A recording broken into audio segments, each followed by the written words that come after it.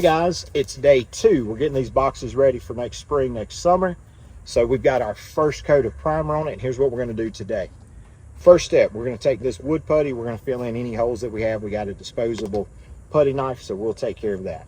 Once we get that on and it dries, we fill all the holes, we're going to sand it. We have 2 sanding blocks, 220. Not very aggressive. You don't want it aggressive. If you have very aggressive, you're going to leave lines. We want to leave a good smooth finish, so we're going to do that with a 220. Then we're going to take and put another coat of primer on, and then after that primer dries, probably tomorrow, we'll sand it again, and then finally we'll put our first coat of paint on. Remember, gloss white. Why? Because we're in the heat and we want this finish to reflect as much light as possible to keep the heat out of the box in the summer. So white reflects, gloss reflects. This old base will last a long time. So let's get started. Okay, first step, get your wood putty, open it up, mix it up with your putty knife just a little bit, clean that putty knife off real good, get you just a little bit, a dab, and just put it on there, just like that. I got this flexible knife. Some people even go in with their finger. If you don't want to buy a putty knife, and you can just put it in there just like that.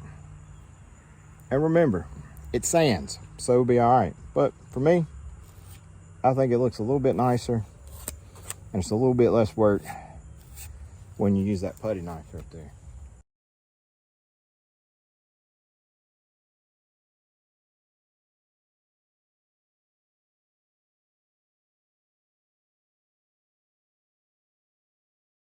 We just finished putting our first application of this wood filler on. We fill all of our screw indentions, anywhere where we had staples, we filled those. Any place where there was wood that was chipped, we taken care of that. Now we have to wait 4 to 6 hours before we can sand.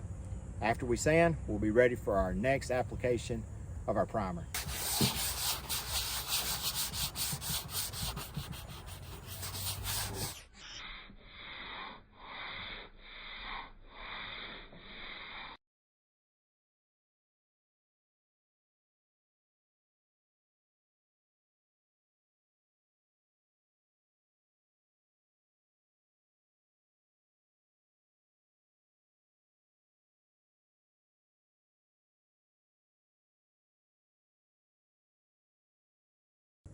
We've got the second coat of primer. Now time to sand for the last time.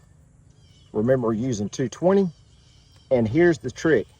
When you sand this time, make sure you sand with the grain, because no matter how much you sand or how careful you are, because you're using a brush, you'll have those brush strokes, and we want them to look like we meant for them to be there. So make sure you're sanding with the grain in the direction of the paint stroke.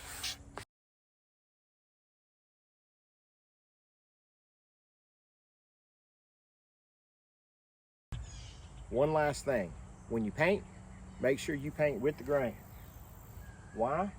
Well, because we're going to have paint strokes. Remember, we want to make sure those paint strokes look like we wanted them there. So make sure when you paint that you're painting along or you're painting with the grain.